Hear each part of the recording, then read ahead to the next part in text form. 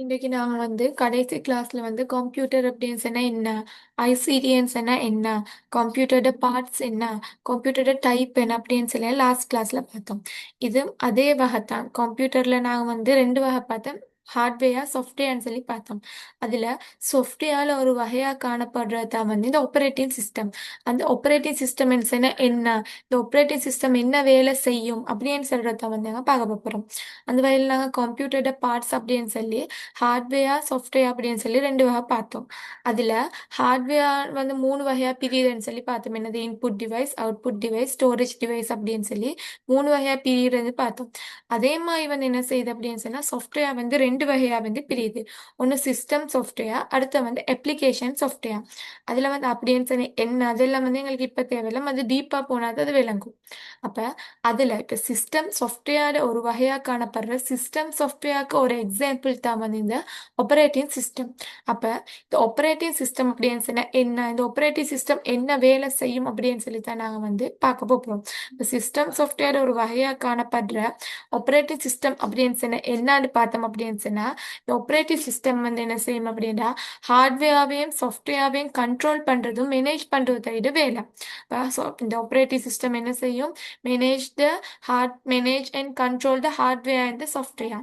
சாஃப்ட்வேரையும் ஹார்ட்வேரையும் மேனேஜ் பண்ணுறது தான் வந்து இந்த ஆப்பரேட்டிங் சிஸ்டம்ல வேலை. அதாவது கம்ப்யூட்டரை யூஸ் பண்ற யூசருக்கும் கம்ப்யூட்டருக்கும் இடையில வந்து ஒரு தொடர்பு ஏற்படுத்துற ஒரு பாலமா வந்து காணப்படும். இப்ப பாலம் தான் என்ன செய்யும், இங்க டீக்கிற ஒருத்தர் அங்கிட்டு போய் சேர்க்கறது என்ன, அந்த பாலம் தான். அப்ப இங்க டீக்கிற யூசருக்கும் கம்ப்யூட்டருக்கும் இடையில ஒரு தொடர்பு வந்து ஏற்படுத்துறதுக்குரிய ஒரு பிரிட்ஜ் தான் வந்து இந்த ஆப்பரேட்டிங் சிஸ்டம். இப்ப நான் விளங்கப்படுத்துறேன் பாருங்க.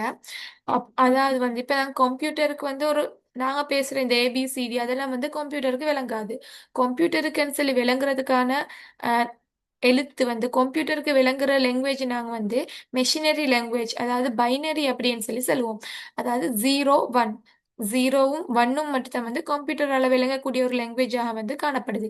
நாங்கள் என்னத்தை கீபோர்டில் டைப் பண்ணினாலும், எங்களோட லாங்குவேஜ் நாங்கள் என்னத்தை கீபோர்டில் டைப் பண்ணினாலும் அது என்ன செய்யும், கம்ப்யூட்டருக்கு வந்து 0 1 வெளியூல தான் வந்து மாறித்தான் வந்து கம்ப்யூட்டர் அதை விளங்கிக் கொள்ளும்.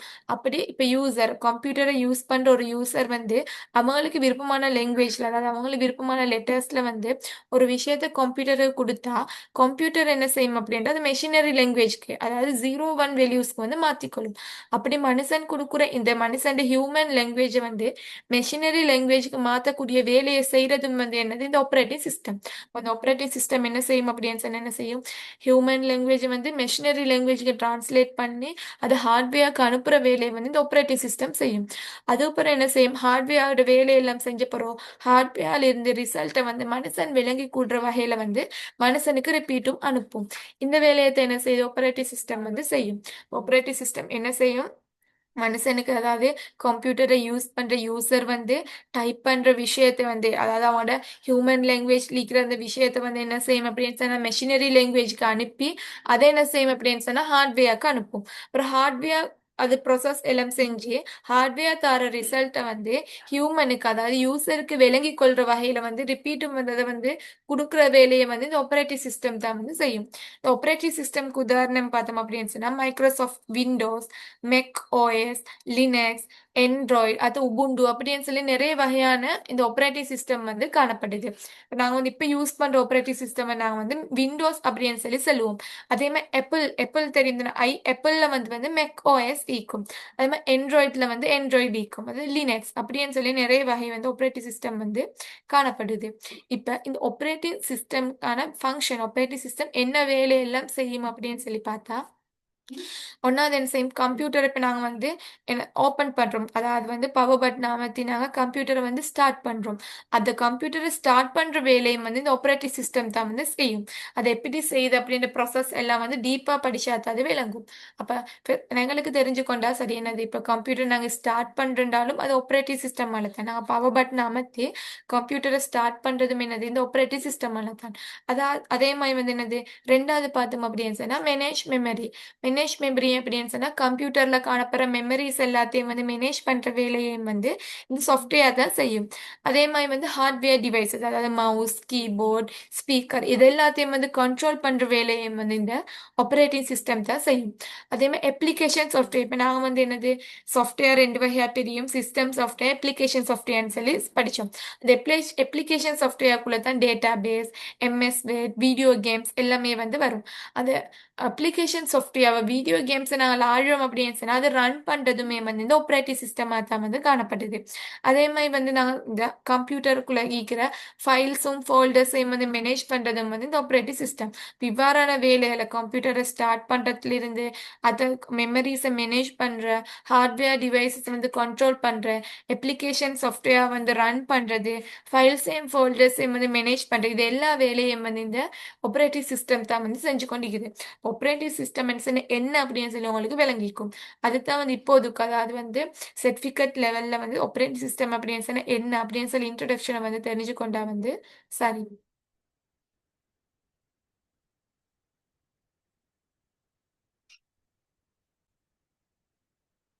இப்போ நாங்கள் வந்து பார்க்க போகிறோம் ஃபைல்ஸ் அண்ட் ஃபோல்டர் மேனேஜ்மெண்ட்.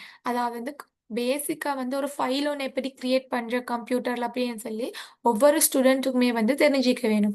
ஒரு கம்ப்யூட்டரில் ஒரு ஃபைல் எப்படி கிரியேட் பண்ணுறது. இப்போ நாங்கள் வந்து மெனுவலாக பார்த்தோம் என்ன செய்வோம், மெனுவலாக பார்த்தோம் அப்படின்னு சொன்னால் எங்களுக்கு தேவையான டாக்குமெண்ட்ஸ் எல்லாம் போட்டு ஒரு ஃபைல் கவரில் போட்டு சேவ் அந்த ஸ்டோர் பண்ணி வைப்போம். அது எங்களுக்கு பாதுகாப்பாக வந்து இருக்கும். அதே மாதிரி தான் வந்து கம்ப்யூட்டரில் இருக்கிற டாக்குமெண்ட்ஸ், கம்ப்யூட்டரில் இருக்கிற இமேஜஸ் எல்லாத்தையும் வந்து சேவ் பண்ணுறதுக்கு நாங்கள் கம்ப்யூட்டர்லேயும் வந்து ஃபைல்ஸை நாங்கள் கிரியேட் பண்ணி வைப்போம். அப்படி ஒரு நாங்கள் ஃபைல்ஸ் ஒன்று எப்படி கிரியேட் பண்ணுறோம் அப்படின்னு சொல்லி ப்ராக்டிக்கலையும் நாங்கள் இன்றைக்கி பார்ப்போம். ஒன்றாவது ஃபைல் சென்ஸ்னா என்ன அப்படின்னு சொல்லி நாங்கள் வந்து பார்ப்போம் ஒன்றா, சரியா? அப்போ ஃபைல்ஸ் அப்படின்னு சொன்னால் வந்து டேட்டா அதாவது கம்ப்யூட்டரில் ஸ்டோர் பண்ணி வச்சுக்கிற டேட்டாட கலெக்ஷனை தான் நாங்கள் ஃபைல்ஸ் அப்படின்னு சொல்லி சொல்லுவோம்.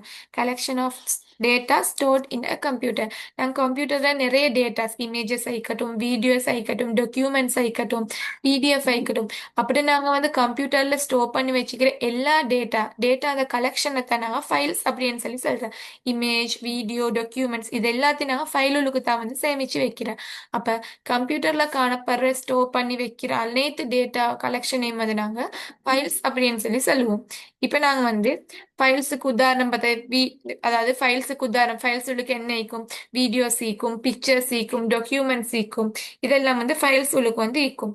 இப்போ வந்து ஃபைல்ஸ் ஒன்று எப்படி வந்து நான் கிரியேட் பண்ணுறேன், ஃபோல்டர் என்னத்துக்கு யூஸ் பண்ணுறேன் அப்படின்னு சொன்னா வந்து ஃபைல்ஸை வந்து அதை ஃபோல்டர் உள்ளுக்கு தான் நாங்கள் என்ன செய்வோம் அப்படின்னு சொன்னால் வந்து ஃபைல்ஸை வந்து நான் சேவ் பண்ணி வைப்போம். இப்போ ஃபைலை ஆர்கனைஸ் பண்ணுறதுக்கும் ஃபைலை ஸ்டோர் பண்ணுறதுக்கும் தான் நாங்கள் வந்து ஒரு ஃபோல்டரை வந்து கிரியேட் பண்ணுவோம். இப்போ எப்படி ஒரு ஃபோல்டர் ஒன்று கிரியேட் பண்ணுறோம் அப்படின்றதுக்கான ப்ராக்டிக்கலை தான் வந்து சொல்ல போகிறேன். அப்போ ஒன்றாவது என்ன செய்ய வேணும் அப்படின்னு சொன்னால் ஒரு ஃபோல்டர் கிரியேட் பண்ணுறதுக்கு வந்து எப்படி ஒரு ஃபோல்டரை கிரியேட் பண்ணுறேன்னு சொன்னால் வந்து கம்ப்யூட்டரில் வந்து கீபோர்டுக்கு தானே, அதில் மவுஸுக்கு தானே, மவுஸில் என்ன செய்ய ரைட் கிளிக் வந்து கிளிக் பண்ண வேணும். அப்போ ரைட் சைட் மவுஸில் ரைட் கிளிக் வந்து கிளிக் பண்ணினோடனே இப்படி ஒரு பார் ஒன்று வரும். அந்த பாரில் வந்து வியூ, சோர்ட் பை, ரிஃப்ரெஷ் அப்படின்னு சொல்லி நிறைய ஆப்ஷன் இருக்கும். இதில் நாங்கள் வந்து ஒரு ஃபோல்டரை கிரியேட் பண்ணுறதுக்கு என்ன செய்ய வேணும், நியூ அப்படின்னு சொல்கிற ஆப்ஷனை வந்து அமர்த்தினோடனே நியூ அப்படின்ற ஆப்ஷனுக்கு போனோடனே இங்கிட்ட வந்து நிறைய இதுகள் வரும்.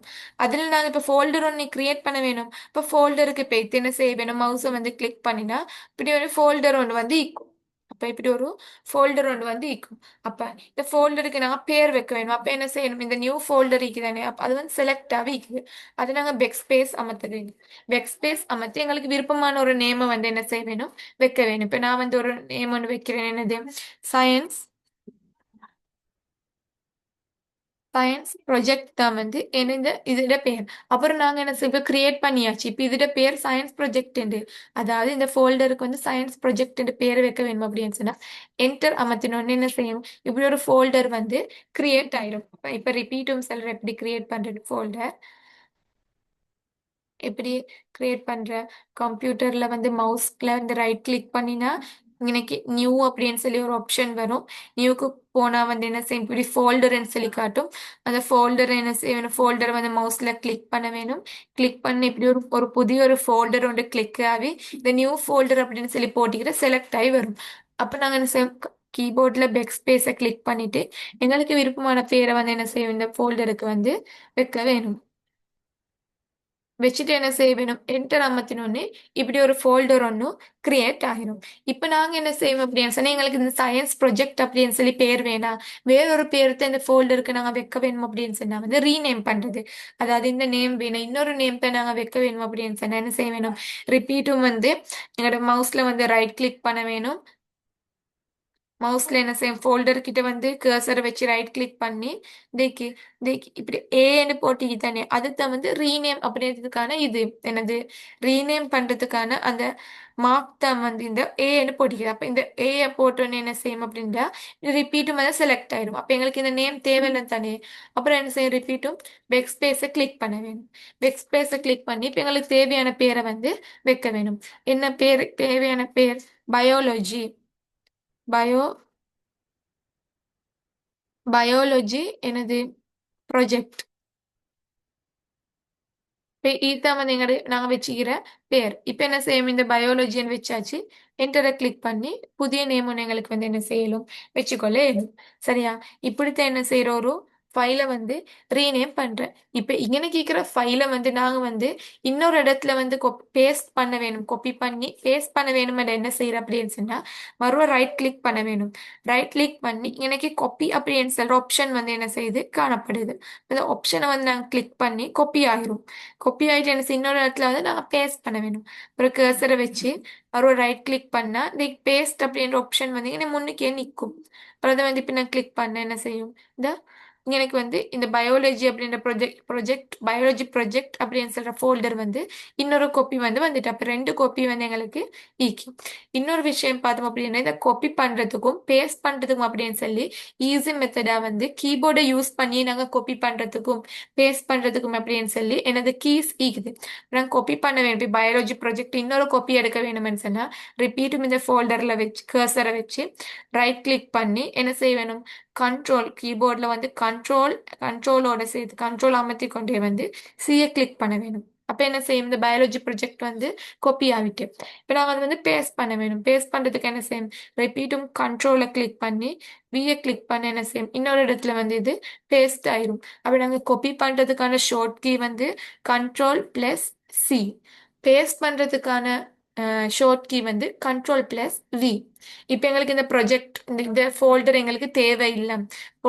என்னது ஃபோல்டர் எங்களுக்கு தேவையில்லாட்டி நாங்கள் என்ன செய்யணும், ரிப்பீட்டும் வந்து என்ன மவுஸில் ரைட் கிளிக் பண்ணினா இந்த டிலீட் ஆப்ஷன் நீக்கும். இதை வச்சு எங்களுக்கு என்ன செய்யலும், டிலீட் பண்ணிக்கொள்ள இயலும். இது எல்லாம் தேவையில்லாட்டி மறுவ வச்சு என்ன செய்யலும், டிலீட் பண்ணிக்கொள்ள இயலும். இப்போ நான் ஃபர்ஸ்ட்லேருந்து ஒரு ஃபோல்டர் கிரியேட் பண்ணுறேன், அதை ரீநேம் எப்படி பண்ணுறேன், காப்பி பேஸ்ட் எப்படி பண்ணுறேன், அதே மாதிரி வந்து அதை எப்படி நாங்கள் டிலீட் பண்ணுறேன்னு சொல்லி ஃபர்ஸ்ட்லேருந்து ரிப்பீட்ஸ் எல்லாம் போட்டு நல்லா கேட்டுக்கோங்க. என்ன செய்ய வேணும், கீபோர்டில் வந்து மவுஸில் வந்து ரைட் கிளிக் பண்ண வேணும். ரைட் கிளிக் பண்ணினோடனே எனக்கு நியூ அப்படின்னு சொல்கிற ஆப்ஷன் இருக்குது. அதில் போனால் இங்கே ஃபோல்டர் அப்படின்னு சொல்கிற ஆப்ஷன் காட்டும். அது போய்த்து என்ன செய்யும், மவுஸால் வந்து கிளிக் பண்ணினா இங்கே எனக்கு நியூ ஒரு ஃபோல்டர் ஒன்று கிரியேட் ஆகும். இந்த நியூ ஃபோல்டர் அப்படின்ற வந்து செலக்ட் ஆகி வந்து அதை பேக் ஸ்பேஸ் பண்ணி டிலீட் பண்ணி எங்களுக்கு விருப்பமான ஒரு நேம் ஒன்று நாங்கள் வந்து வைக்க போகிறோம். என்ன நேம், சயின்ஸ் ப்ரொஜெக்ட் அப்படின்னு சொல்லி ஒரு நேம் வந்து நான் வந்து வைக்கிறேன். சரியா? இப்ப வச்சு இந்த நேம் கிரியேட் பண்ணியாச்சு. இதை நாங்க என்டர் பண்ணினா தான் வந்து அப்படி ஒரு ஃபோல்டர் ஒன்று கிரியேட் ஆகும். என் அப்புறம் நாங்க என்ன செய்யணும், என்டர் பண்ணினோடனே சயின்ஸ் ப்ரொஜெக்ட் அப்படின்ற ஃபோல்டர் வந்து கிரியேட் ஆகிட்டு இப்போ நாங்க வச்ச இப்போ வந்து என்ன செய்யுது, ஒரு ஃபோல்டர் கிரியேட் பண்ணிட்டோம். இப்போ ஒரு ஃபோல்டர் எப்படி நாங்க ரீநேம் பண்றேன்னு சொன்னா, அதாவது வேறொரு பேர் எப்படி இதுக்கு வைக்கிற அப்படின்னு சொன்னா வந்து மறுவன்ச ஃபோல்டர்ல வச்சு ரைட் கிளிக் பண்ணினா இதுக்கு இந்த ஆப்ஷன் வந்து ரீநேம் ஆப்ஷன். இதை கிளிக் பண்ணினோடனே ரிப்பீட் என்ன செய்யும், சயின்ஸ் ப்ரொஜெக்ட் அப்படின்ற வந்து செலக்ட் ஆகும். ரிப்பீட் டெக்ஸ்ட் ஸ்பேஸ் அமைத்து நாங்க விருப்பமான பேரோட வந்து வைக்கலாம். ரிப்பீட் இப்போ கிரியேட் பண்ணியாச்சு. கிரியேட் பண்ணி பேக் ஸ்பேஸ் இந்த சாரி கிரியேட் பண்ணி என்டர் அமர்த்தினோன்னு என்ன செய்யும், பயோ ப்ரொஜெக்ட் அப்படின்னு சொல்ற ஒரு ஃபோல்டர் ஒன்று கிரியேட் ஆகிரும்.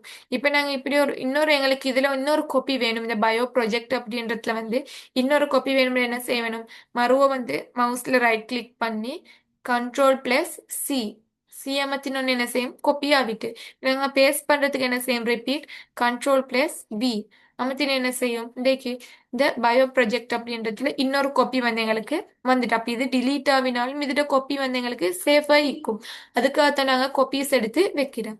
இப்ப எங்களுக்கு இந்த பயோ ப்ரொஜெக்ட் அப்படின்றது தேவையில்லை அப்படின்னு சொல்லி தேவையில்லை தேவையில்லாமோ இல்லாட்டி எங்களுக்கு தெரியாம இது என்ன செய்ய டிலீட் ஆகிட்டு அப்படின்னு சொன்னா மறுபடியும் ரைட் கிளிக் பண்ணி டிலீட் ஆப்ஷனை கொடுத்தோன்னே இது என்ன செய்யும் டிலீட் ஆகிட்டு. ஆனா எங்களுக்கு இப்போ ரிப்பீட்டும் வேணும். இப்போ எங்களுக்கு என்ன செய்ய டிலீட் ஆகினதை ரிப்பீட் அடிக்கலாம். அதுக்காக நாங்கள் என்ன ஏற்கனவே காப்பி பண்ணி வச்சுக்கிறது வந்து எங்களுக்கு அப்போ அது யூஸ் ஆகிக்கும். மெயினான ஃபோல்டர் வந்து டிலீட் ஆகினா நாங்கள் ஏற்கனவே காப்பி பண்ணி வச்சுக்கிறது வந்து எங்களுக்கு என்ன செய்யும்னா வந்து யூஸாக வந்து ஈக்கும். அப்போ இதுதான் வந்து இன்றைக்குரிய லெசன்.